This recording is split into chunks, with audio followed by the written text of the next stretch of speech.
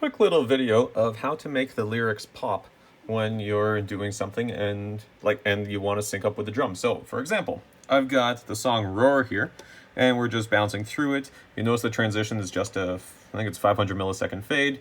Then I get to the chorus. Let's say I really want it to pop. So,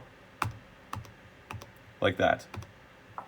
What I'm doing here is I've got a stream deck with 3 buttons for forward, back, and then click the same slide.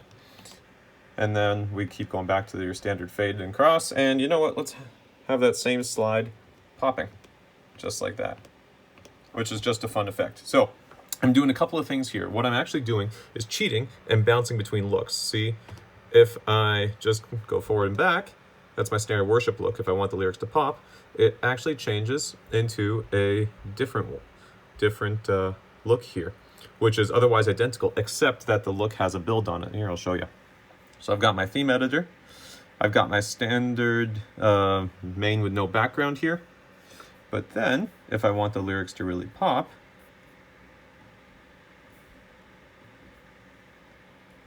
there we go.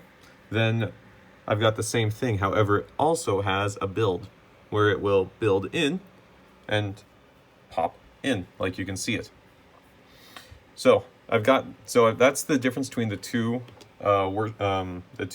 looks. Now, here's what's actually happening under the hood. I'm using Companion here, and it says plus look because it is also changing the look at the same time. So if I click on the previous or next slide, then it sets the look to just your standard worship one, and then it says to trigger it. So no big deal. Same for front and back.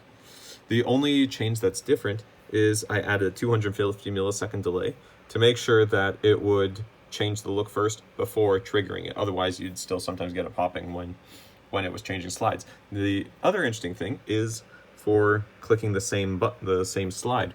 What I'm doing is I'm finding out which slide in the current presentation is clicked on. So in this case, it's slide number 4. And then I'm pulling that out. I'm setting the look, and then I'm saying trigger whatever slide is currently active. So that's why it's just clicking on the same slide again.